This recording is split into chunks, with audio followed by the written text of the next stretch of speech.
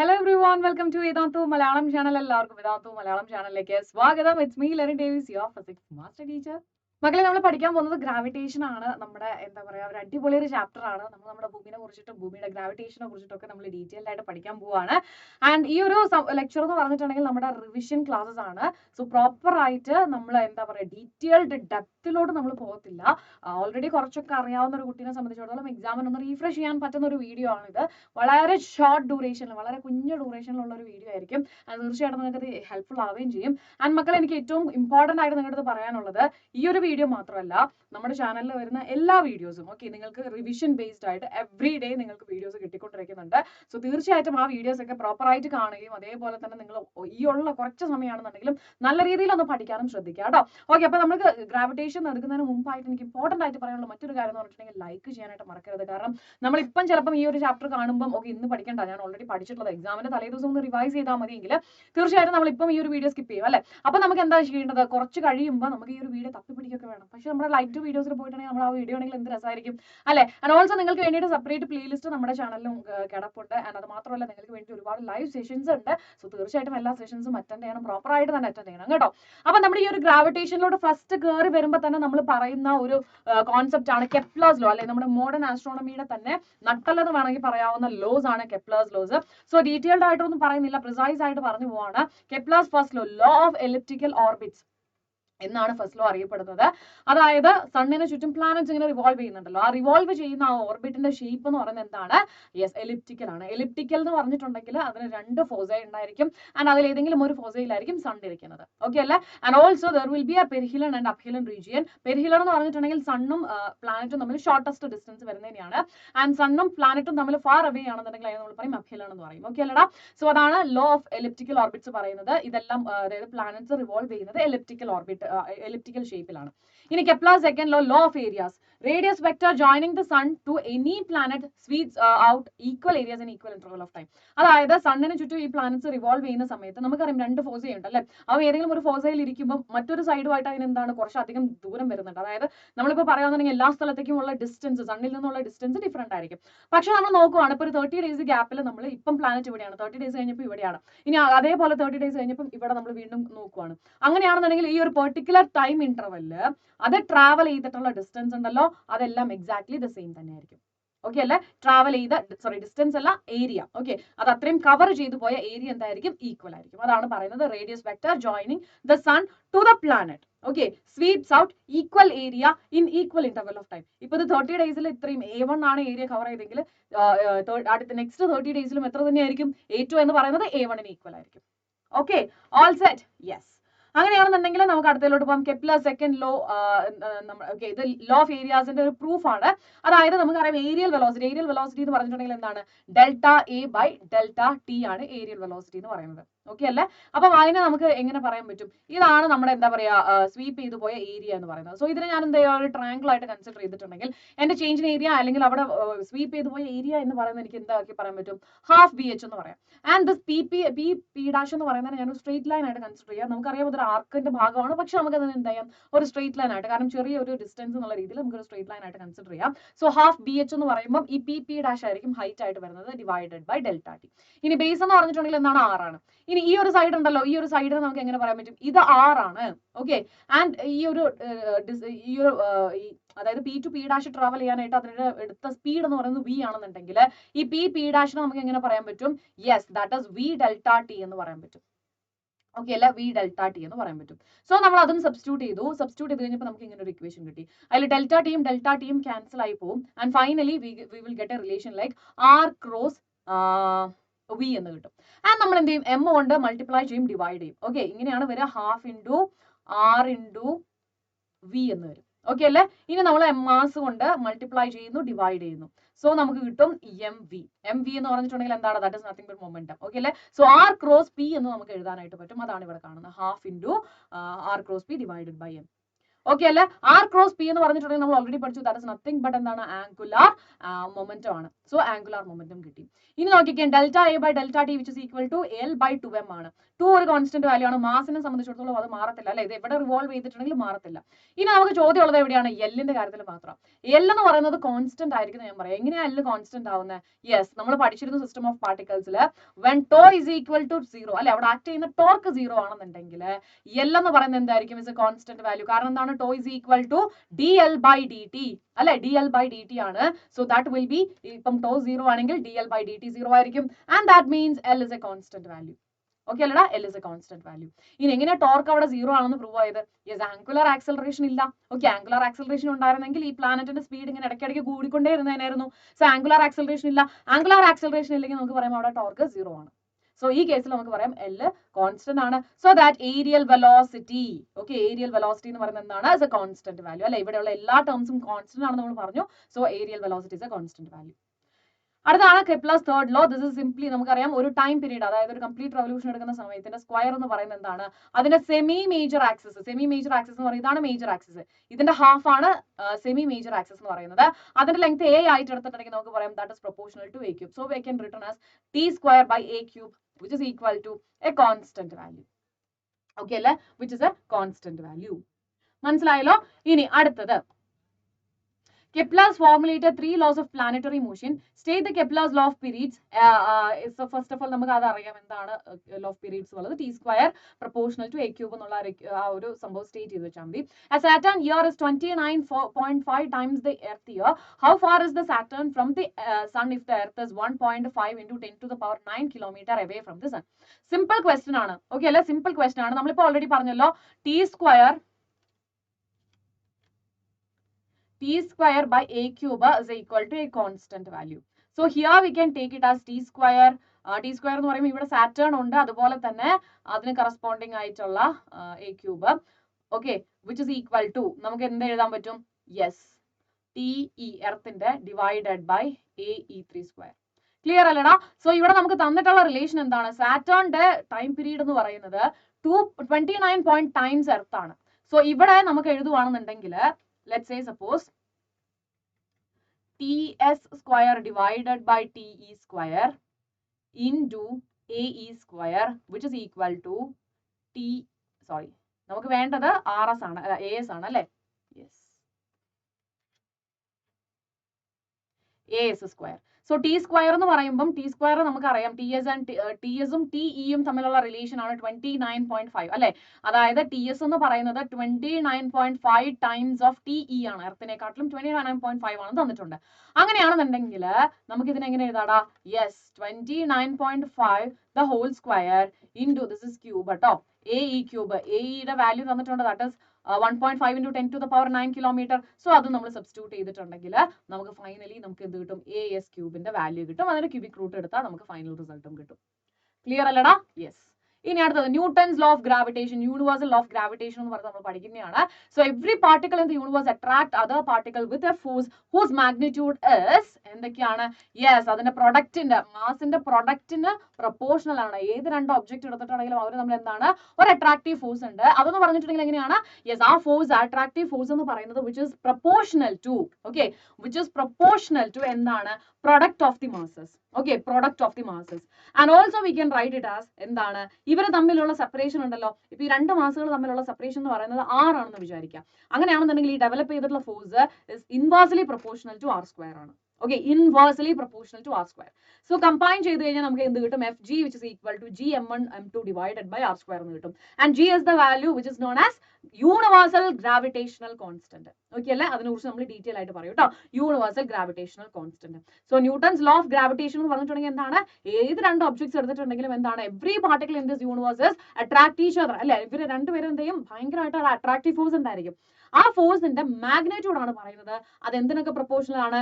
Yes, m1 m2 അതായത് product of മാസസിന് proportional ആണ്. അതുപോലെ it is proportional to 1 by R square. R എന്ന് പറഞ്ഞിട്ടുണ്ടെങ്കിൽ ഇവർ തമ്മിലുള്ള സെപ്പറേഷൻ ആണ്. ഇപ്പൊ തന്നെ പഠിച്ചു പോവാ കേട്ടോ.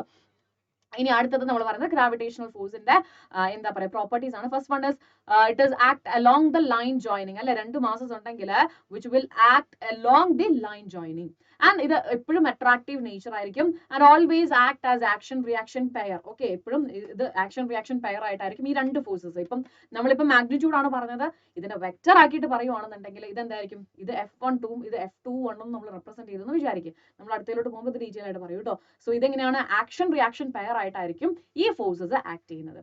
And it is independent of medium. അതായത് ഇതിനിപ്പോൾ നമ്മൾ വെള്ളത്തിൽ കൊണ്ട് വെച്ചിട്ടുണ്ടെങ്കിലും ഇതേ സെയിം സാധനം എയറിൽ എത്രയാണോ ഗ്രാവിറ്റേഷണൽ ഫോഴ്സ് കാണിച്ചത് അത് തന്നെയായിരിക്കും എവിടെയും കാണിക്കുന്നത്, വെള്ളത്തിൽ വെച്ചാലും കാണിക്കുന്നത്. ഇനി കൺസർവേറ്റീവ് ഫോഴ്സ് കൺസർവേറ്റീവ് ആണ്, അതായത് ഇത് ഒരിക്കലും പാത്തിനെ ഡിപ്പെൻഡ് ചെയ്യുന്നില്ല, ഇനീഷ്യൽ ആൻഡ് ഫൈനൽ പോയിന്റിനെ മാത്രമാണ് അത് കൺസിഡർ ചെയ്യത്തുള്ളൂ. And it is obeys inverse square law and it is A central force അല്ലെ, ടുവേർഡ്സ് ദി സെന്റർ ആണ്. ഈ ഒരു മാസിന്റെ സെന്ററിൽ നിന്നും ഈ ഒരു മാസിന്റെ സെന്ററിലോട്ടായിരിക്കും അട്രാക്ഷൻ വരുന്നത്. So it is A central force. Next one is vector form of gravitational force. Okay, vector form എന്ന് പറയുമ്പോൾ F21 which is equal to minus G m1 m2 divided by r square into r cap. Okay അല്ലെ, F21 എന്ന് പറയുന്നത്, അതായത് F21 എന്ന് പറഞ്ഞാൽ എന്താണ്, yes ഇതാണ് ഒറിജിൻ. ഓക്കെ, നമ്മുടെ 2 മാസ് ഇരിക്കുന്നത് ഇതാണ് m1 ഇരിക്കുന്നത്, ഇതാണ് m2 ഇരിക്കുന്നത്. ഇവർ തമ്മിലുള്ള എന്താ പറയുക പൊസിഷൻ വെക്ടർ അല്ലെങ്കിൽ ഇവർ തമ്മിലുള്ള ഡിസ്റ്റൻസ് ആണ് r വെക്ടർ എന്ന് പറയുന്നത്. ഓക്കെ അല്ലെ, r വെക്ടർ എന്ന് പറയുന്നത്. ആൻഡ് r1 വെക്ടർ എന്ന് പറഞ്ഞിട്ടുണ്ടെങ്കിൽ ഒറിജിനിൽ നിന്നും m1 ലോട്ടുള്ള പൊസിഷൻ വെക്ടർ ആണ്. ആൻഡ് r2 എന്ന് പറഞ്ഞിട്ടുണ്ടെങ്കിൽ ഒറിജിനിൽ നിന്നും m2 ലോട്ടുള്ള പൊസിഷൻ വെക്ടർ ആണ്. ക്ലിയർ അല്ലേടാ? യെസ്. ആൻഡ് ഓൾസോ നമുക്കറിയാം M1 എന്ത് ചെയ്യും, M2 നെ അട്രാക്ട് ചെയ്യും, M2 എന്ത് ചെയ്യും, M1 നെ അട്രാക്ട് ചെയ്യും. സോ അങ്ങനെയാണെങ്കിൽ F21 എന്ന് പറഞ്ഞിട്ടുണ്ടെങ്കിൽ എന്താണ്, F acts on M2 due to M1. Okay, yes. And F12 എന്ന് പറഞ്ഞാൽ എന്താണ്, F acts on M1 due to M2. Clear, all set? Yes. അപ്പോൾ അങ്ങനെയാണെങ്കിൽ F21 which is equal to minus G m1 m2 divided by r square into r cap, F12 which is equal to G into m1 m2 divided by r square into r cap. Clear അല്ലേ? Yes. അപ്പൊ അങ്ങനെയാണെന്നുണ്ടെങ്കിൽ നമ്മൾ പറഞ്ഞു 2 forces ഉണ്ട്, അതിന്റെ vector ആയിട്ട് നമ്മൾ പറയുവാണെന്നുണ്ടെങ്കിൽ direction specify ചെയ്യുവാണെന്നുണ്ടെങ്കിൽ നമുക്കറിയാം ഒരു ഫോഴ്സ് ഈ m1 എന്താ പറയുക m2 നെ അട്രാക്ട് ചെയ്യുന്ന ഒരു ഫോഴ്സ് ഉണ്ട്, m2 m1 നെ അട്രാക്ട് ചെയ്യുന്ന ഒരു ഫോഴ്സ് ഉണ്ട്. ആൻഡ് ഇത് രണ്ടും ഈക്വൽ ആൻഡ് ഓപ്പോസിറ്റ് ആണ്. And we can write it as F12 which is equal to minus F21. Clear? Yes. അടുത്താണ് സൂപ്പർ പൊസിഷൻ. അതായത് ഒരു പെർട്ടിക്കുലർ പോയിന്റിൽ എക്സ്പീരിയൻസ് ചെയ്യുന്ന ഗ്രാവിറ്റേഷണൽ ഫോഴ്സ് നമുക്ക് അറിയണമെന്നുണ്ടെങ്കിൽ അതിന് ചുറ്റിനും ഇത്രയും മാസസ് ഉണ്ടായിരിക്കും. Okay, M1 M2 M3 M4 അങ്ങനെ n നമ്പർ ഓഫ് മാസസ് ഉണ്ടായിരിക്കും. സോ ഇവരെല്ലാം എന്ത് ചെയ്യും, യെസ് ഇവിടേക്ക് ഒരു ഫോഴ്സ് എക്സ്പീരിയൻസ് ചെയ്യും അല്ലെ, ഇവർ തമ്മിൽ എന്ത് ചെയ്യും, ഒരു ഫോഴ്സ് ഉണ്ടായിരിക്കും, ഇവർ തമ്മിൽ എന്തുണ്ടായിരിക്കും, ഒരു ഫോഴ്സ് ഉണ്ടായിരിക്കും. സോ ഡെഫിനറ്റ്ലി ഓരോ പാർട്ടിക്കിളും, അതായത് അവിടെയുള്ള ഒരു ഇൻഡിവിജ്വൽ പാർട്ടിക്കിൾസും എന്താ പറയുക എക്സേർട്ട് ചെയ്യുന്ന ഒരു ഫോഴ്സ് ഉണ്ടായിരിക്കും. അതിന്റെ എല്ലാം വെക്ടർ സം ആണ് എന്തെന്ന് പറയുന്നത് ഈ ഒരു പെർട്ടിക്കുലർ പോയിന്റിൽ എക്സ്പീരിയൻസ് ചെയ്യുന്ന ഫോഴ്സ് എന്ന് പറയുന്നത്. ഓക്കെ അല്ലെ, അതാണ് സൂപ്പർ പൊസിഷൻ ഓഫ് പ്രിൻസിപ്പിൾ പറയുന്നത്. ഓക്കെ അല്ലെ, അതായത് ഇൻഡിവിജ്വൽ ഫോഴ്സസിന്റെ വെക്ടർ സം ആണ് ടോട്ടൽ നെറ്റ് ഫോഴ്സ് അവിടെ ആക്ട് ചെയ്യുന്നത് കേട്ടോ.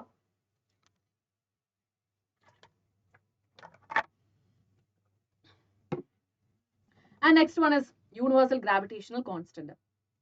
Fg which is equal to G m1 m2 divided by r square. നമ്മൾ ഓൾറെഡി പറഞ്ഞു. അതിൽ G നെ കുറിച്ചിട്ടാണ് നമ്മൾ പറയാൻ പോകുന്നത്. അതിന്റെ വാല്യൂ എന്ന് പറയുന്നത് 6.67 into 10 to the power minus 11 Newton meter square per kg square ആണ്. And universal gravitational constant value കണ്ടുപിടിക്കുന്നത് കാവൻഡിഷ് എക്സ്പെരിമെന്റിലാണ്. ആർക്കെങ്കിലും ആ ഒരു എക്സ്പെരിമെന്റ് അറിയണമെന്നുണ്ടെങ്കിൽ നമ്മുടെ ഡീറ്റെയിൽഡ് ലെക്ചർ കണ്ടാൽ മതി കേട്ടോ. അടുത്തത് ജിന്റെ പ്രോപ്പർട്ടീസ് ആണ് പറയുന്നത്. Gravitational constant has a numerical value of gravitational force between two bodies with unit mass separated by unit distance. ഒന്നുമില്ല, നമുക്കറിയാം F is equal to G m1 m2 divided by r square അല്ലെ. F is equal to G m1 m2 divided by r square. അപ്പം ഇവിടെ mass രണ്ടും unit masses ആണ്. Okay അല്ലെ, ഇവർ തമ്മിലുള്ള ഡിസ്റ്റൻസ് യൂണിറ്റ് ആണ്, അതായത് 1 യൂണിറ്റ് ആണ് ഇവർ തമ്മിലുള്ള ഡിസ്റ്റൻസ് വരുന്നത്. അങ്ങനെയാണെങ്കിൽ F is equal to എന്താ, G അല്ലേ. അങ്ങനെയാണെങ്കിൽ G നെ നമുക്ക് ഡിഫൈൻ ചെയ്യാലോ. അതായത് 2 മാസസ് എന്താണ്, യൂണിറ്റ് മാസസ് ആണ്. ആൻഡ് ഇവർ തമ്മിലുള്ള സെപ്പറേഷൻ 1 യൂണിറ്റ് ആണെന്നുണ്ടെങ്കിൽ അവിടെ ഉണ്ടാകുന്ന ഫോഴ്സ് തന്നെയാണ് എന്തെന്ന് പറയുന്നത്, ഗ്രാവിറ്റേഷണൽ കോൺസ്റ്റന്റ് എന്ന് പറയുന്നത്. ക്ലിയർ അല്ലേ? ആൻഡ് അതൊരിക്കലും മാസിനെയോ സൈസിനെയോ ഷേപ്പിനോ ഒന്നിനെ ഡിപ്പെൻഡ് ചെയ്യുന്നില്ല. ജിന്റെ വാല്യൂ എന്ന് പറഞ്ഞാൽ it is A universal gravitational constant ആ. സോ അതിന്റെ വാല്യൂ എവിടെയും മാറത്തില്ല. ആൻഡ് അത് മാസിനെയോ ഷേപ്പിനോ സൈസിനോ ഒന്നിനും ഡിപ്പെൻഡ് ചെയ്യുന്നില്ല. ആൻഡ് ഓൾസോ അത് മീഡിയത്തിനെ ഡിപ്പെൻഡ് ചെയ്യുന്നില്ല. ഇത് മീഡിയത്തിലാണോ നമ്മുടെ ബോഡി ഇരിക്കുന്നത്, ഈ ബോഡീസ് ഇരിക്കുന്നത് എന്നുള്ളതൊന്നും അവിടെ കൺസിഡറേഷനിൽ ഇല്ല. ഇനി ഡയമെൻഷൻ ഫോർമുല ഒന്നും പഠിച്ചു വെക്കുക. And value of g is so small that gravitational force are normally smaller unless one or both masses are large. അതായത് ഇപ്പൊ ഈവൻ M1 M2 ഒക്കെ വളരെ വലുതാണെന്നുണ്ടെങ്കിലും why gravitational force weak force ആവുന്നത്? യെസ്, ജിന്റെ വാല്യൂ നമ്മൾ നേരത്തെ പറഞ്ഞല്ലേ, ജിന്റെ വാല്യൂ എന്ന് പറയുന്നത് 10⁻⁻11 റേഞ്ചിലാണ്. ഓക്കെ, സോ അതുകൊണ്ടാണ് എന്ത് പറയുന്നത്, മാസ് എത്ര വലിയ മാസമൊക്കെ ആയിക്കോട്ടെ ജിന്റെ വാല്യൂ വളരെ ചെറുതാണ്. സോ ഡെഫിനറ്റ്ലി അവിടുത്തെ ഗ്രാവിറ്റേഷണൽ ഫോഴ്സ് എന്ന് പറയുന്നത് വളരെ ചെറുതായിരിക്കും. 3 objects with a mass of 40 kg each are placed in a straight line 50 meter apart. What is the net gravitational force at the center object due to other two? ഒന്നുമില്ല, A വെച്ചു, B വെച്ചു, C വെച്ചു അല്ലെ, same straight ലൈനിലാണ്. Okay അല്ലെ? And എല്ലാത്തിന്റെയും mass അറിയാം 40 kg, 40 kg, 40 kg. And then ഇവർ തമ്മിലുള്ള സെപ്പറേഷൻ ഇങ്ങനെയാണ് 50 സെന്റിമീറ്റർ, 50 സെന്റിമീറ്റർ. ഓക്കെ അല്ലേ? Yes. What is the net gravitational force at the center object എന്ന് പറയുന്നത്? സോ ഈ ഒബ്ജക്റ്റിനെ സംബന്ധിച്ചിടത്തോളം ഇതിന് രണ്ട് ഫോഴ്സസ് എക്സ്പീരിയൻസ് ചെയ്യും. ഒന്ന് ഡ്യൂ ടു എയും അതേപോലെ ഡ്യൂ ടു സിയും അവിടെ ഫോഴ്സ് എക്സ്പീരിയൻസ് ചെയ്യും. സോ ഫസ്റ്റ് നമ്മൾ എന്ത് ചെയ്യുക, F1 കണ്ടുപിടിക്കുക, ഡ്യൂ ടു എ കാരണം ഉണ്ടാകുന്ന ഫോഴ്സ്, അതായത് force between A and B കണ്ടുപിടിക്കുക. ഇവിടെ നമ്മൾ മാഗ്നിറ്റ്യൂഡ് മാത്രം നോക്കിയാൽ മതി. സോ നമുക്കറിയാം എന്താ പറയുക, ഇത് ജസ്റ്റ് ഒന്ന് നിങ്ങൾ റേഷ്യോ എടുത്ത് നോക്കി കഴിഞ്ഞ് കഴിഞ്ഞാൽ സിമ്പിൾ ആയിട്ട് മനസ്സിലാവും. കൂടുതൽ കോംപ്ലിക്കേറ്റഡ് ആയിട്ടൊന്നും പോകണ്ട. അതായത് എയും ബിയും തമ്മിലുണ്ടാക്കുന്ന ഫോഴ്സും ബിയും സിയും തമ്മിലുണ്ടാക്കുന്ന ഫോഴ്സും ഇവിടെ ഒന്ന് റേഷ്യോ എടുക്കാം. ഓക്കെ അല്ലേ? ആൻഡ് നമുക്ക് അതിന്റെ വാല്യൂ ആയിട്ട് നമുക്ക് കിട്ടും 1, അല്ലെങ്കിൽ ഇത് രണ്ടും ഈക്വൽ ആണെന്നുള്ളൊരു വാല്യൂ നമുക്ക് കിട്ടും. ആൻഡ് യെസ്, അഗെയിൻ നമ്മൾ പ്രൂവ് ചെയ്യുവാണ് ഈ ഫോഴ്സസ് എന്ന് പറഞ്ഞിട്ടുണ്ടെങ്കിൽ ഓപ്പോസിറ്റ് ഫോഴ്സസ് ആണ് ബട്ട് ഈക്വൽ ആണെന്നുള്ളത്. ഓക്കെ, അതുകൊണ്ട് തന്നെ ഇവിടെ ഈ നെറ്റ് ബിയിൽ എക്സ്പീരിയൻസ് ചെയ്യുന്ന നെറ്റ് ഫോഴ്സിന്റെ വാല്യൂ എന്തായിരിക്കും? 0 ആയിരിക്കും. ഓക്കെ അല്ലേ? കാരണം ഇത് രണ്ടും ഈക്വൽ ആണ്.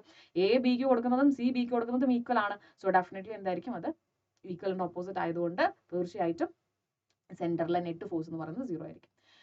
Force of attraction on the body mass m close to the surface of the earth. Acceleration due to gravity ആണ്. ഇവിടെ നിന്ന് ചോദ്യങ്ങൾ പ്രതീക്ഷിക്കാം, തീർച്ചയായിട്ടും പ്രതീക്ഷിക്കാം, ഒരു സംശയവും വേണ്ട.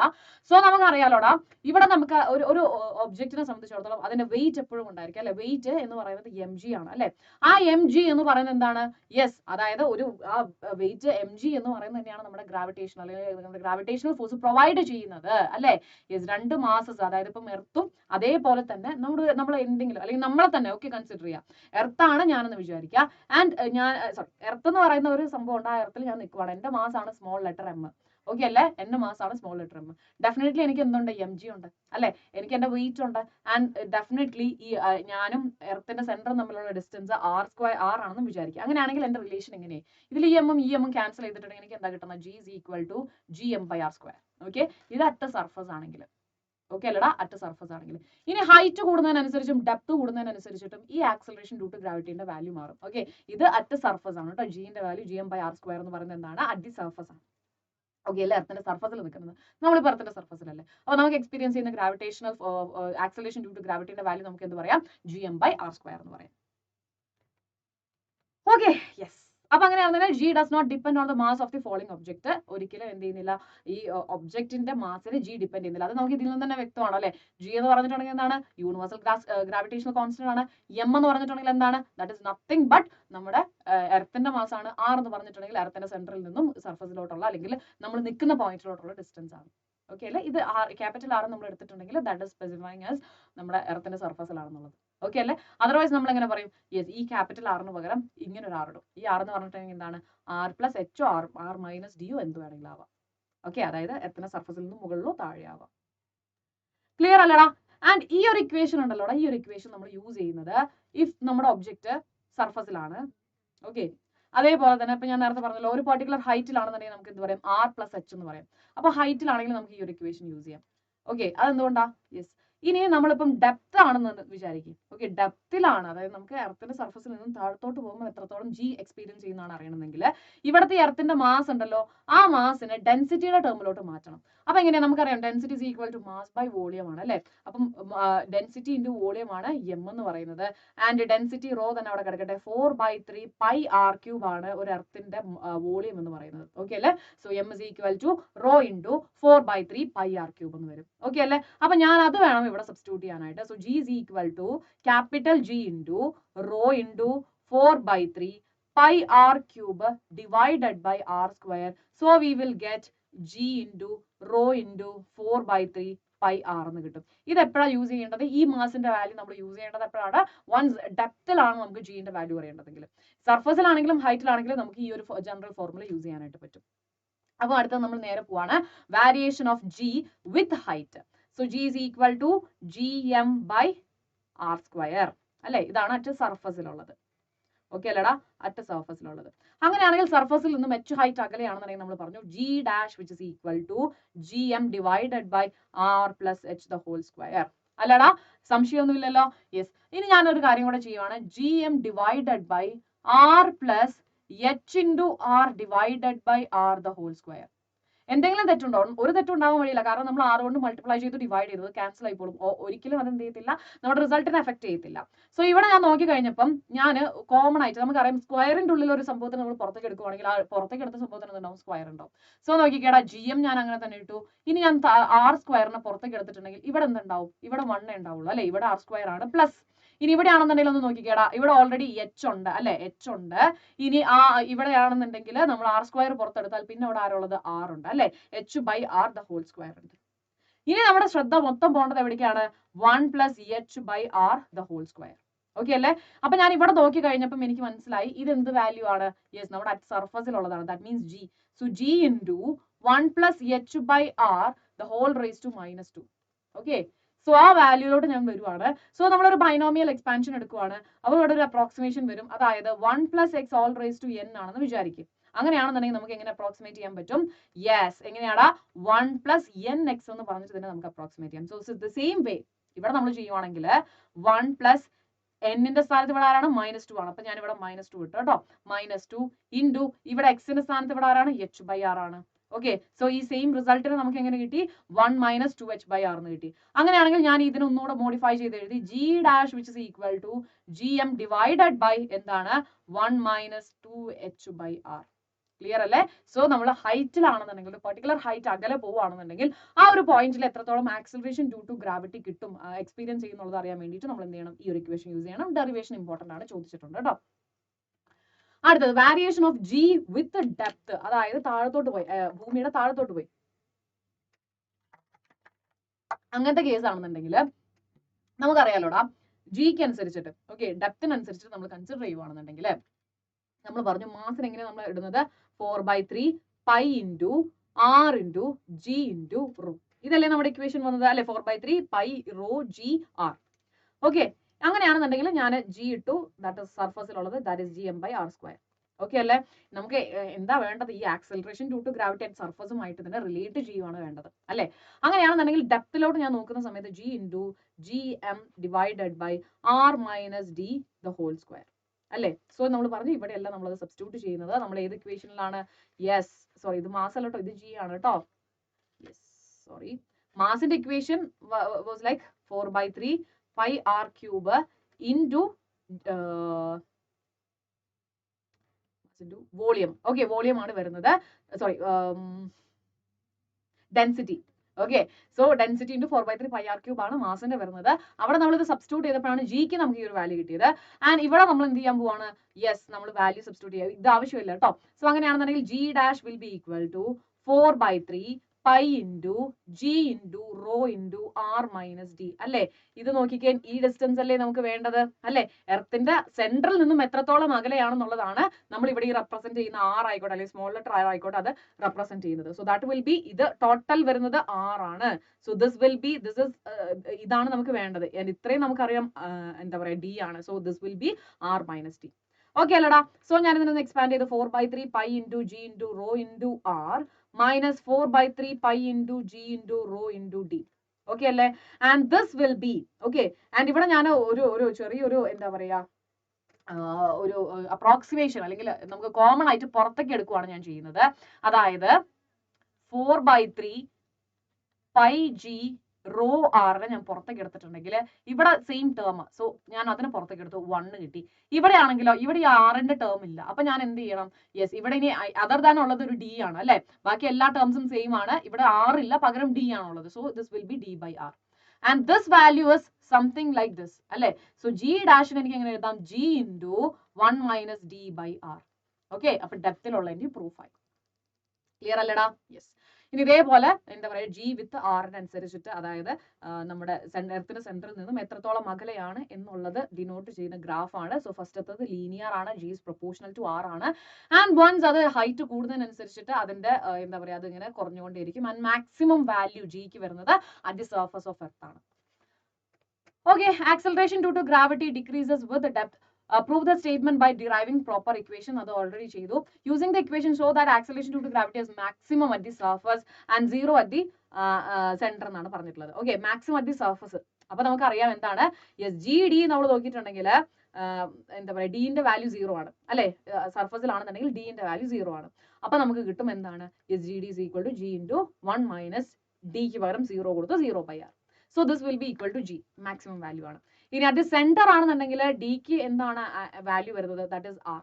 അല്ലെങ്കിൽ നമുക്ക് എന്ത് പറയാം, യെസ് എന്താ പറയാ ആറിന്റെ വാല്യൂ അല്ലെങ്കിൽ എർത്തിന്റെ സെന്ററിൽ നിന്നും സെന്ററിലോട്ടുള്ള ഡിസ്റ്റൻസ് 0 ആണ്. So this equation will be 0. അതായത് എർത്തിന്റെ സെന്ററിൽ ഫീൽ ചെയ്യുന്ന ആക്സിലറേഷൻ ടു ഗ്രാവിറ്റി എന്ന് പറയുന്നത് 0 ആണ്. ഇനി next one is gravitational potential energy. Gravitational potential energy എന്ന് പറഞ്ഞിട്ടുണ്ടെങ്കിൽ എന്താണ്, യെസ് നമ്മുടെ ഇൻഫിനിറ്റിയിൽ ഇരിക്കുന്ന ഒരു പോയിന്റ് മാസിനെ നമ്മൾ എന്ത് ചെയ്യുവാണ്, ഗ്രാവിറ്റേഷൻ എർത്തിന്റെ ഗ്രാവിറ്റേഷണൽ ഫീൽഡിലോട്ട് നമ്മൾ കൊണ്ടുവരുവാണ്. ഓക്കെ അല്ലടാ, എർത്തിന്റെ ഗ്രാവിറ്റേഷണൽ ഫീൽഡിലോട്ട് നമ്മൾ കൊണ്ടുവരുവാണ്. എവിടെയോ ഇരിക്കുന്ന ഒരു പോയിന്റിനെ, എവിടെയോ ഇരിക്കുന്ന അല്ലെങ്കിൽ ഇൻഫിനിറ്റിയിൽ ഇരിക്കുന്ന ഒരു പോയിന്റ് മാസിനെ നമ്മൾ എന്ത് ചെയ്യുവാണ്, ഗ്രാവിറ്റേഷണൽ ഫീൽഡിലോട്ട് കൊണ്ടുവരാണ്. അങ്ങനെ കൊണ്ടുവരാനായിട്ട് ആവശ്യമായിട്ടുള്ള വർക്ക് ഡൺ, അതാണ് അവിടുത്തെ ഗ്രാവിറ്റേഷണൽ പൊട്ടൻഷ്യൽ എനർജി എന്ന് പറയുന്നത്. The energy possessed or acquired by an object by virtue of its position in the presence of gravitational field. Okay, gravitational ഫീൽഡിൽ ഇരിക്കുമ്പം ഇത് ഒരു പെർട്ടിക്കുലർ പോയിന്റിലായിരിക്കും അല്ലെ, അതായത് നമ്മുടെ എന്താ പറയാ എർത്തിന്റെ സർഫസിൽ നിന്ന് ഒരു പെർട്ടിക്കുലർ ഹൈറ്റ് അകലെ. അങ്ങനെയാണെന്നുണ്ടെങ്കിൽ അതിന് ആ ഒരു ഹൈറ്റ് കാരണം അതിന് കിട്ടുന്ന പൊട്ടൻഷ്യൽ എനർജി. ഓക്കെ അല്ലെ, അതെങ്ങനെയാണ് വരുന്നത്, യെസ് ഒരു ഒബ്ജക്റ്റിന് ആ ഒരു ഇപ്പം ഈവൻ ഫീൽഡിലാണെന്നുണ്ടെങ്കിലും ഓക്കെ അല്ലെ, മാക്സിമം പൊട്ടൻഷ്യൽ എനർജി ഉള്ളത്, ഓക്കെ മാക്സിമം പൊട്ടൻഷ്യൽ എനർജി ഉള്ളത് അറ്റ് ഇൻഫിനിറ്റിയാണ്. ഗ്രാവിറ്റേഷണൽ ഫീൽഡിലോട്ട് വരും തോറും ഇതിന്റെ വാല്യൂ ചെറുതായി വരും. ഓക്കെ അല്ലെ, ഗ്രാവിറ്റേഷണൽ ഫീൽഡിലോട്ട് വരും തോറും പൊട്ടൻഷ്യൽ എനർജിയുടെ വാല്യൂ 0 ആയിട്ട് വരും. ആൻഡ് മാക്സിമം പൊട്ടൻഷ്യൽ എനർജിയുടെ value at infinity v infinity എന്ന് പറയുന്നത് എത്രയാണ്, 0 ആണ്. മാക്സിമം വാല്യൂ 0 അതായത് 0യിൽ നിന്നും മാക്സിമം വാല്യൂ അങ്ങ് ഇൻഫിനിറ്റിയിൽ നിന്നും ഗ്രാവിറ്റേഷണൽ ഫീൽഡിലോട്ട് അടുക്കും തോറും എന്താണ് ഇതിന്റെ വാല്യൂ കുറഞ്ഞു വരിക എന്ന് പറഞ്ഞിട്ടുണ്ടെങ്കിൽ എന്തായിരിക്കും, പൊട്ടൻഷ്യൽ ഓൾവേസ് എന്തായിരിക്കും, നെഗറ്റീവ് ആയിരിക്കും. മാക്സിമം അറ്റ് ഇൻഫിനിറ്റി, അതായത് ഫീൽഡ് ഇല്ലാത്തൊരു പോയിന്റ് അവിടെയാണ് മാക്സിമം, ദാറ്റ് ഇസ് 0 ആണ്.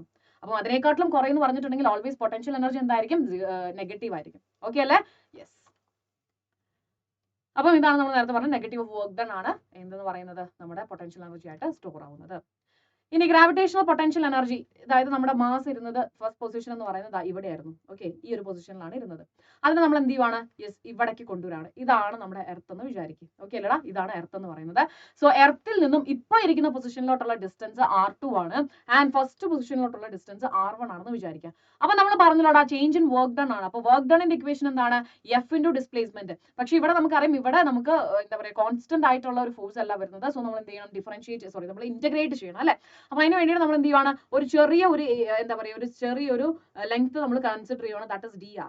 ഓക്കെ, DR എന്ന് പറയുന്ന ഒരു ലെങ്ത് നമ്മൾ കൺസിഡർ ചെയ്യുവാണ്. അങ്ങനെയാണെന്നുണ്ടെങ്കിൽ ഫോഴ്സ് ഇവിടെ എന്താണ്, yes Gm1 m2 divided by R² ആണ് വരേണ്ടത് അല്ലെ. അപ്പം ഇവിടെ ആണെന്നുണ്ടെങ്കിൽ R² എന്ന് പറഞ്ഞിട്ടുണ്ടെങ്കിൽ എങ്ങനെയാ വരിക, R² എന്ന് പറഞ്ഞിട്ടുണ്ടെങ്കിൽ that will be 1 divided by R2 minus 1 divided by R1 ആയിരിക്കും അല്ലെ. So this is force into DR ചെയ്തിട്ടുണ്ടെങ്കിൽ നമുക്ക് എന്ത് കിട്ടും, യെസ് ഫോഴ്സ് നമുക്ക് അറിയാം. അതിൻ്റെ അവിടെ നമ്മൾ DR-നെ നമ്മൾ ഇന്റഗ്രേറ്റ് ചെയ്തിട്ടുണ്ടെങ്കിൽ finally we will get this result.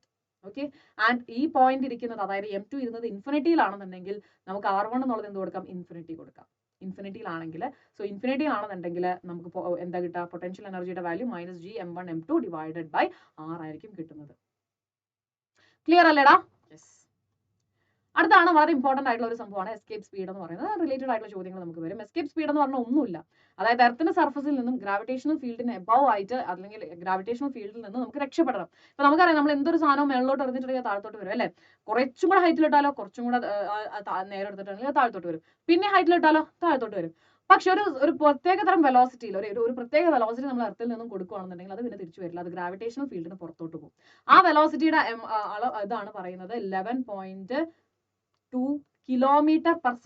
അത്രയും സ്പീഡിൽ നമ്മൾ ഒരു ഒബ്ജക്റ്റിനെ ഇവിടെ നിന്ന് പറഞ്ഞു വിടുവാണെന്നുണ്ടെങ്കിൽ എന്ത് സംഭവിക്കും? അത് നേരെ സ്പേസിലോട്ട് പോകും, അത് പിന്നെ തിരിച്ചു വരത്തില്ല ഗ്രാവിറ്റേഷൻ. കാരണം എന്തുകൊണ്ടാണ്? തിരിച്ചു വരണമെങ്കിൽ ഗ്രാവിറ്റേഷണൽ ഫീൽഡ് അവൻ എക്സ്പീരിയൻസ് ചെയ്യണം അല്ലേ, ഗ്രാവിറ്റേഷണൽ ഫോഴ്സ് അവൻ എക്സ്പീരിയൻസ് ചെയ്യണം. ഫീൽഡ് ഇല്ലാത്തടത്തോളം അതൊന്നുമില്ല. സോ തീർച്ചയായിട്ടും എന്ത് ചെയ്യും? യെസ്, അത് അതിന്റെ വഴിക്ക് പോകും, അത് നമ്മുടെ അടുത്തേക്ക് തിരിച്ചു വരില്ല. ക്ലിയർ ആയല്ലോ? നമ്മുടെ ഈ റോക്കറ്റ് ഒക്കെ നമ്മൾ വിക്ഷേപിക്കുന്നു എന്ന് പറയുന്നുണ്ടല്ലോ, അതെല്ലാം എന്തായിരിക്കും? യെസ്, ഇതേപോലത്തെ ഒരു കോൺസെപ്റ്റ്. പക്ഷെ അവിടെ 11.2 km/s സ്പീഡ് ഒന്നും അവിടെ കൊടുക്കുന്നില്ല. കൺസിസ്റ്റന്റ് ആയിട്ട് സ്പീഡ് അല്ലെങ്കിൽ അതിന്റെ എനർജി ഇങ്ങനെ വീണ്ടും വീണ്ടും കൊടുത്തുകൊണ്ടിരിക്കുന്നത് വഴിയാണ് നമുക്ക്, കാരണം 11 km/s എന്ന് പറഞ്ഞിട്ടുണ്ടെങ്കിൽ അത്രയും സ്പീഡാണ്. അപ്പം അത്രയും നമുക്ക് പ്രൊവൈഡ് ചെയ്യാൻ പറ്റത്തില്ല. പക്ഷെ കൺസിസ്റ്റന്റ് ആയിട്ട് എന്ത് ചെയ്യാൻ പറ്റും? നമുക്ക് ഇങ്ങനെ സ്പീഡ് കൂട്ടിക്കൊണ്ടിരിക്കാനായിട്ട് പറ്റും. സോ ആ ഒരു സ്പീഡിലാണ് അത് ട്രാവൽ ചെയ്യുന്നത്. ക്ലിയർ അല്ലേ? സോ എസ്കേപ്പ് സ്പീഡ് എന്ന് പറഞ്ഞിട്ടുണ്ടെങ്കിൽ മിനിമം സ്പീഡ് അല്ലേ, എർത്തിന്റെ സർഫസിൽ നിന്ന് നമുക്ക് രക്ഷപ്പെടാൻ ആവശ്യമായിട്ടുള്ള മിനിമം സ്പീഡിന്റെ ഇതാണ് നമ്മൾ പറയുന്നത് എസ്കേപ്പ് സ്പീഡ് എന്ന് പറയുന്നത്. അതെങ്ങനെ കണ്ടുപിടിക്കുക? നമുക്കറിയാം ടോട്ടൽ എനർജി എന്ന് പറഞ്ഞിട്ടുണ്ടെങ്കിൽ ദാറ്റ് ഇസ് കൺസേർവ്ഡ് അല്ലെ, കൺസേർവ്ഡ് ആണ്. സോ വൺസ് നമ്മൾ ഇവിടെ നിന്ന്, അതായത് ഇനീഷ്യലി നമ്മൾ ഇതിനെ എന്ത് ചെയ്യുക? ഒരു സ്റ്റോൺ ഓർ സംതിങ് അതിന് നമ്മൾ 11.2 km/s നമ്മൾ പറഞ്ഞു വിടുവാണെന്ന് വിചാരിക്കും. സോ ഫാർ നമുക്ക് അറിയത്തില്ല അതാണ് വെലോസിറ്റി എന്നുള്ളത് കേട്ടോ. സോ ഈ ഒരു വെലോസിറ്റിനെക്കാളും മുകളിലുള്ള ഒരു വെലോസിറ്റിയിൽ നമ്മൾ സ്റ്റോൺ നമ്മൾ പറഞ്ഞു വിട്ടു. അങ്ങനെ പറഞ്ഞു വിട്ടു. അപ്പോൾ അതിന് ഇനീഷ്യൽ എന്താ പറയുക, അതിന്റെ kinetic energy plus potential energy എന്ന് പറയുന്നത് എന്തായിരിക്കും? Final kinetic energy plus potential എനർജിക്ക് ഈക്വൽ ആയിരിക്കും. സോ അങ്ങനെയാണെന്നുണ്ടെങ്കിൽ അറ്റ് ഇൻഫിനിറ്റി ആണെങ്കിൽ this term will be 0. Okay അല്ലേ? അങ്ങനെയാണെങ്കിൽ ഇതിനെ നമുക്ക് എന്ത് ചെയ്യാൻ പറ്റും? Half mu² which is equal to gmm/r എന്നുള്ള ഒരു ടേമിലോട്ട് നമുക്ക് മാറ്റാൻ പറ്റും. ആൻഡ് ഇതിൽ നിന്ന് നമുക്ക് എന്താ വേണ്ടത്? u കണ്ടുപിടിക്കാം. u കണ്ടുപിടിച്ചിട്ടുണ്ടെങ്കിൽ നമുക്ക് എന്ത് കിട്ടും? √2gm/r എന്നുള്ള വാല്യൂ കിട്ടും ഫോർ എസ്കേപ്പ് വെലോസിറ്റി. ഇത്രയും മിനിമം ഉണ്ടെങ്കിൽ മാത്രമേ എർത്തിന്റെ സർഫസിൽ നിന്ന് നമുക്ക് എന്ത് ചെയ്യാൻ പറ്റുള്ളൂ? ഒരു ഒബ്ജക്റ്റിനെ പറഞ്ഞു വിടാനായിട്ട് പറ്റുള്ളൂ. ക്ലിയർ അല്ലടാ? യെസ്. അപ്പൊ എസ്കേപ്പ് സ്പീഡ് നമ്മൾ പറഞ്ഞു. ഇനി അതേപോലെ തന്നെ നമുക്ക് പഠിക്കാനുള്ള ഒരു സാധനമാണ് ഓർബിറ്റൽ വെലോസിറ്റി എന്ന് പറയുന്നത്. എന്താണ് ഓർബിറ്റൽ വെലോസിറ്റി? അതായത് നമ്മൾ പറഞ്ഞു ഈ എർത്തിന് ചുറ്റുമൊക്കെ എന്ത് ചെയ്യുന്നുണ്ട്? ഇങ്ങനെ ഉപഗ്രഹങ്ങൾ ഇങ്ങനെ കറങ്ങുന്നുണ്ട് അല്ലെ. അപ്പോൾ ഇവർക്കൊക്കെ ഒരു പ്രത്യേക തരം വെലോസിറ്റി ഉണ്ടെങ്കിൽ മാത്രമേ ഇതിന് എന്ത് ചെയ്യാൻ പറ്റത്തുള്ളൂ? ഈ ഒരു സ്പെസിഫിക് ഓർബിറ്റിൽ ഇങ്ങനെ റിവോൾവ് ചെയ്യാനായിട്ട് പറ്റത്തുള്ളൂ അല്ലെ. അപ്പോൾ ആ വെലോസിറ്റി ആണെന്ന് പറയുന്നത് ഓർബിറ്റൽ വെലോസിറ്റി എന്ന് പറയുന്നത്. അതിന്റെ വാല്യൂ വന്നിട്ട് √gm/r² ആണ് വരുന്നത്. ഓക്കെ അല്ലേ? √gm/r ഉള്ളൂ കേട്ടോ, r² ഇല്ല. ഓക്കെ അല്ലേ? ആൻഡ് VOയും VEയും തമ്മിലുള്ള റിലേഷൻ നമുക്ക് സിമ്പിൾ ആയിട്ട് പറയാലോ. VO × √2 ആണ് VE എന്ന് പറയുന്നത്. ക്ലിയർ? യെസ്. ഇനി magnitude of velocity, that is V is equal to √2gm/r. അല്ലെങ്കിൽ നമുക്കിപ്പം എർത്തിന്റെ സർഫസിൽ അല്ല എങ്കിൽ നമുക്ക് സ്മോൾ ലെറ്റർ r ഇടാം. ഓക്കെ, അതായത് എർത്തിന്റെ സെൻട്രൽ നിന്നും എത്രത്തോളം അകലെ എന്നാണ് ഈ ഒരു r സൂചിപ്പിക്കുന്നത് കേട്ടോ. ഇനി സാറ്റലൈറ്റ്സ് എന്ന് പറഞ്ഞിട്ടുണ്ടെങ്കിൽ നമ്മൾ റിമോട്ട് സെൻസിങ്ങിനും അതുപോലെ ക്ലൈമറ്റ് ചേഞ്ച് മനസ്സിലാക്കാനും വെതർ ചേഞ്ചസ് മനസ്സിലാക്കാനൊക്കെയാണ് നമ്മൾ എന്ത് ചെയ്യുന്നത്? സാറ്റലൈറ്റ്സ് യൂഷ്വലി യൂസ് ചെയ്യുന്നത്. ഓക്കെ അല്ലേ? കമ്മ്യൂണിക്കേഷൻ പ്രോസസ്സും ഇതൊക്കെയാണ് ബേസിക് ആയിട്ടുള്ള അതിന്റെ ഒരു റിക്വയർമെന്റ് എന്ന് പറയുന്നത്. സോ എന്താണ് എർത്തിന് ചുറ്റും അല്ലെങ്കിൽ മറ്റ് പ്ലാനറ്റ്സിനെ കുറിച്ചൊക്കെ പഠിക്കാനോ കാര്യങ്ങൾക്കൊക്കെ വേണ്ടിയിട്ട് നമ്മൾ എന്ത് ചെയ്യും? ഒരു സാറ്റലൈറ്റിനെ നമ്മളിങ്ങനെ പറഞ്ഞു വിടും. അത് എന്ത് ചെയ്യും? അതിങ്ങനെ റൊട്ടേറ്റ് ചെയ്തുകൊണ്ടിരിക്കും. അത് സ്പെസിഫിക് ആയിട്ട് ജിയോ സ്റ്റേഷനറിയും അതേപോലെ തന്നെ പോളാർ സാറ്റലൈറ്റ്സ് ഒക്കെ ഉണ്ട്. അതിനെക്കുറിച്ച് നിങ്ങൾക്ക് ഇപ്രാവശ്യം പഠിക്കാനില്ല. അതാണ് നിങ്ങളുടെ ഏറ്റവും വലിയൊരു ഭാഗ്യം എന്ന് പറയുന്നത്. സോ ഈ എർത്ത് സാറ്റലൈറ്റ്സിനെ സംബന്ധിച്ചിടത്തോളം നമുക്കറിയാം ഇവർ തമ്മിൽ കറങ്ങുമ്പോൾ അല്ലെ, ഇതൊരു സർക്കുലർ മോഷൻ ആണ്. ദാറ്റ് മീൻസ് അവിടെ എന്തുണ്ട്? യെസ്, ഒരു സെൻട്രിപെറ്റൽ ഫോഴ്സ് ഉണ്ട്. ഇവിടെ ആ സെൻട്രിപെറ്റൽ ഫോഴ്സ് പ്രൊവൈഡ് ചെയ്യുന്ന ആരാണ്? യെസ്, ഗ്രാവിറ്റേഷണൽ ഫോഴ്സ് ആണ് അല്ലെ. ആ സെൻട്രിപെറ്റൽ ഫോഴ്സ് പ്രൊവൈഡ് ചെയ്യുന്നത് ആരാണ്? അതായത് ഒരു ഒബ്ജക്റ്റിന് ചുറ്റും സർക്കുലർ ഷേപ്പിലാണ് ഇതിങ്ങനെ കറങ്ങുന്നത് അല്ലെ. എർത്ത് ആണെന്ന് വിചാരിക്കുക. എർത്തിന് ചുറ്റും ഒരു സാറ്റലൈറ്റ് ഇങ്ങനെ കറങ്ങുന്നു. ദാറ്റ് മീൻസ് ഇതിനെങ്ങനെ കറങ്ങണമെങ്കിൽ അതിന് എന്ത് വേണം? ഒരു സെൻട്രിപെറ്റൽ ഫോഴ്സ് വേണം. ആ സെൻട്രിപെറ്റൽ ഫോഴ്സ് ഇവിടെ പ്രൊവൈഡ് ചെയ്യുന്നത് ആരാണ്? That is gravitational force. So നമുക്ക് ഇക്വേറ്റ് ചെയ്യാം. Okay, mv²/r + h small letter r something, അത് വെച്ചിട്ട് നമുക്ക് എന്ത് ചെയ്യാം? gmm/r കൊണ്ട് നമുക്ക് കമ്പയർ ചെയ്യാം. ഓക്കെ അല്ലേ? r². സോ അത് നമുക്ക് കമ്പയർ ചെയ്യുമ്പോൾ ഈ വെലോസിറ്റി ഉണ്ടല്ലോ, ദാറ്റ് ഇസ് VO. നമ്മൾ നേരത്തെ പറഞ്ഞ ഓർബിറ്റൽ വെലോസിറ്റി. സോ നമുക്ക് അതിന്റെ വാല്യൂ കിട്ടും √gm/r. ക്ലിയർ അല്ലേടാ? യെസ്. ഇനി അപ്പോൾ ഓർബിറ്റൽ സ്പീഡ് എന്ന് പറയുന്നത് ഇറ്റ്സ് അറൌണ്ട് 7.9 km/s ആണ് കിട്ടുക. And time period, okay, time period എന്ന് പറഞ്ഞിട്ടുണ്ടെങ്കിൽ ഒരു കംപ്ലീറ്റ് റെവല്യൂഷന് വേണ്ടി എടുക്കുന്ന സമയം. സോ ആ കംപ്ലീറ്റ് റെവല്യൂഷന് വേണ്ടി എടുക്കുന്ന സമയത്തിൽ 2πr ആണ് അല്ലെ. ഒരു കംപ്ലീറ്റ് റെവല്യൂഷന് വേണ്ടി എടുക്കുക 2πr ആണ് അല്ലെ ആ ഡിസ്പ്ലേസ്മെന്റ് എന്ന് പറയുന്നത്. ആൻഡ് V എന്ന് പറഞ്ഞിട്ടുണ്ടെങ്കിൽ നമുക്ക് എന്ത് ചെയ്യാം? ഇത് സബ്സ്റ്റിറ്റ്യൂട്ട് ചെയ്ത് കൊടുക്കാം അല്ലെങ്കിൽ ഈ ഒരു വാല്യൂ സബ്സ്റ്റിറ്റ്യൂട്ട് ചെയ്ത് കൊടുക്കാം. So we will get 84.6 minutes എന്നുള്ളത് കിട്ടും. Write the relation between, simple again, കൂടുതൽ എക്സ്പ്ലെയിൻ ചെയ്യുന്നില്ല കേട്ടോ. Satellites are bodies that revolve around a planet. Derive an expression for the orbital velocity of a satellite. അത് already നമ്മൾ prove ചെയ്തു. Modify the equation if the satellite is close to the surface of the earth. അതായത് almost എച്ചിന്റെ value 0 ആണെന്ന്, approximately equal to 0 ആണെന്ന് വിചാരിക്കാം. അതാണ് നമ്മുടെ condition പറഞ്ഞിട്ടുള്ളത്. അങ്ങനെയാണെങ്കിൽ നമ്മുടെ ചോദിച്ചിട്ടുള്ളത് VO വാല്യൂ എന്തായിരിക്കും? സോ നമ്മൾ പറഞ്ഞു gm/r അല്ലെ, എർത്തിന്റെ സർഫസിൽ നിന്നും എത്രത്തോളം അകലെയാണ്. ഓക്കെ, ആൻഡ് എർത്തിന്റെ സർഫസിലാണെങ്കിൽ this value will be gm/r. Okay, അല്ലെങ്കിൽ നമുക്ക് ഇതിനെ എങ്ങനെ പറയാൻ പറ്റും? √gm / r + h അല്ലെ, ഇങ്ങനെ നമുക്ക് പറയാം അല്ലെ. സ്മോൾ ലെറ്റർ r എന്ന് പറഞ്ഞിട്ടുണ്ടെങ്കിൽ ദാറ്റ് ഇസ് r + h ആണ്. ഓക്കെ, അതായത് എർത്തിന്റെ സർഫസിൽ നിന്നും എത്ര അകലെ. അപ്പൊ നമുക്കറിയാം എർത്തിന്റെ സർഫസ് വരെ 6 ആണ്, പ്ലസ് ഒരു h ഹൈറ്റ്. ആ h ഹൈറ്റ് നമ്മളിപ്പോ പറഞ്ഞു 0 ആണ്. ഓക്കെ, അങ്ങനെയാണെന്നുണ്ടെങ്കിൽ നമുക്ക് എങ്ങനെ പറയാം, റൂട്ട് ഓഫ് gm/r എർത്തിന്റെ സർഫസിലുള്ള വാല്യൂ തന്നെയായിരിക്കും.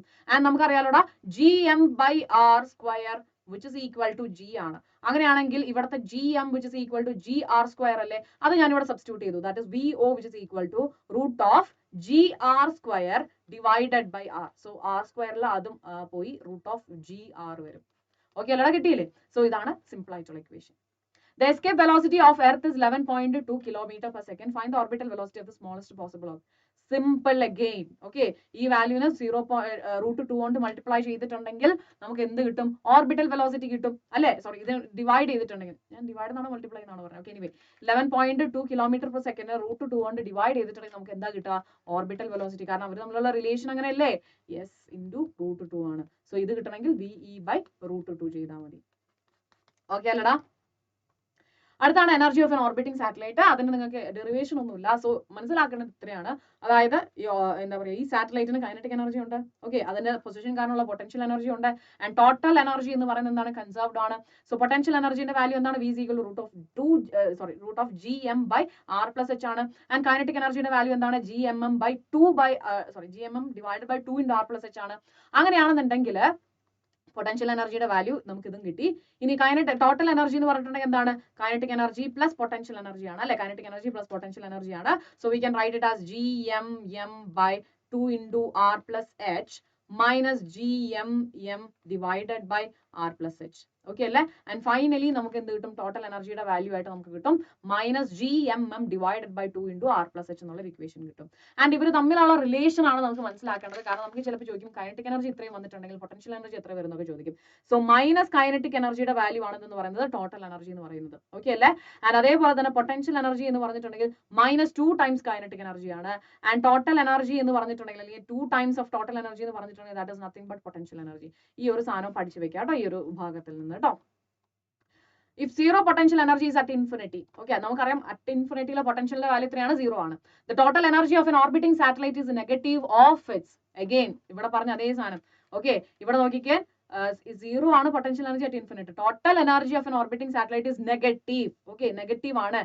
When yes, kinetic energy negative ആവും അല്ലെ? Kinetic energy minus kinetic energy ആണ് ടോട്ടൽ എനർജി അല്ലേ? സോ നമുക്ക് പറയാൻ പറ്റും കൈനറ്റിക് എനർജി, അല്ലെങ്കിൽ നമുക്ക് പറയാം kinetic energy is equal to minus total energy. Okay അല്ലടാ? യെസ്. അപ്പൊ നമ്മൾ ഗ്രാവിറ്റേഷനും അടിപൊളിയായിട്ട് റിവൈസ് ചെയ്തിട്ടുണ്ട്. സോ മക്കൾ നിങ്ങൾക്ക് എന്തെങ്കിലും ഡൗട്ട്സ് ഉണ്ട്, എന്തെങ്കിലും മിസ് ആ ക്വസ്റ്റൻ ഇമ്പോർട്ടന്റ് ആണോ, ഇത് ഇമ്പോർട്ടന്റ് ആണോ എന്നൊക്കെ നിങ്ങൾക്ക് ചോദിക്കാനുണ്ടെങ്കിൽ തീർച്ചയായിട്ടും ഓപ്പൺ ആയിട്ട് ചോദിക്കാം കേട്ടോ. ആൻഡ് ലൈക്ക് ചെയ്യാൻ മറക്കരുത്, ഷെയർ ചെയ്യാൻ മറക്കരുത്, സബ്സ്ക്രൈബ് ചെയ്യാൻ തീരെ മറക്കരുത് കേട്ടോ. കാരണം നിങ്ങൾക്ക് വേണ്ടിയിട്ടല്ലേ മക്കളെ നമ്മൾ എത്രയും എഫേർട്സ് എടുത്തിട്ട് നിങ്ങൾക്ക് വേണ്ടി റിവിഷൻ ക്ലാസ്സും ലൈവ് ക്ലാസ്സും എല്ലാം നിങ്ങൾക്ക് വേണ്ടിയിട്ട് അറേഞ്ച് ചെയ്തിട്ടുണ്ട്. സോ തീർച്ചയായിട്ടും അതൊക്കെ യൂസ് ചെയ്യുക. ആൻഡ് 2020 അതാണ് ഇമ്പോർട്ടന്റ് ആയിട്ടുള്ളത് കേട്ടോ. ഷോർട്ട് ക്വസ്റ്റൻസ് ആണ് നമ്മൾ 20 ക്വസ്റ്റൻസ് 20 മിനിറ്റിൽ. സോ ഡെയിലി ബേസിസിൽ ആ ക്വസ്റ്റൻസ് ഒക്കെ ഇങ്ങനെ റെഫർ ചെയ്ത് പഠിച്ചു പോകാം കേട്ടോ. അപ്പൊ അങ്ങനെയാണെന്നുണ്ടെങ്കിൽ നിങ്ങൾക്ക് ലാസ്റ്റ് മിനിറ്റിൽ ബർഡൻ ഉണ്ടാവില്ല, നല്ല രീതിയിൽ എക്സാം എഴുതാനായിട്ടും പറ്റും. സോ മക്കളെ എന്താണ്, യെസ്, ക്രിസ്മസ് എക്സാമിന് ഇപ്പൊ തന്നെ ഒരു ഓൾ ദ ബെസ്റ്റ് ഇരിക്കട്ടെ, നന്നായിട്ട് എഴുതാൻ എല്ലാവർക്കും പറ്റട്ടെ. ഓരോ ദിവസവും ഓരോ ചാപ്റ്റേഴ്സ് പഠിക്കുമ്പോൾ കോൺഫിഡൻസ് കൂടി വരട്ടെ. Stay tuned to Vedantu Malayalam channel for more videos and updates. Thank you so much. Bye by.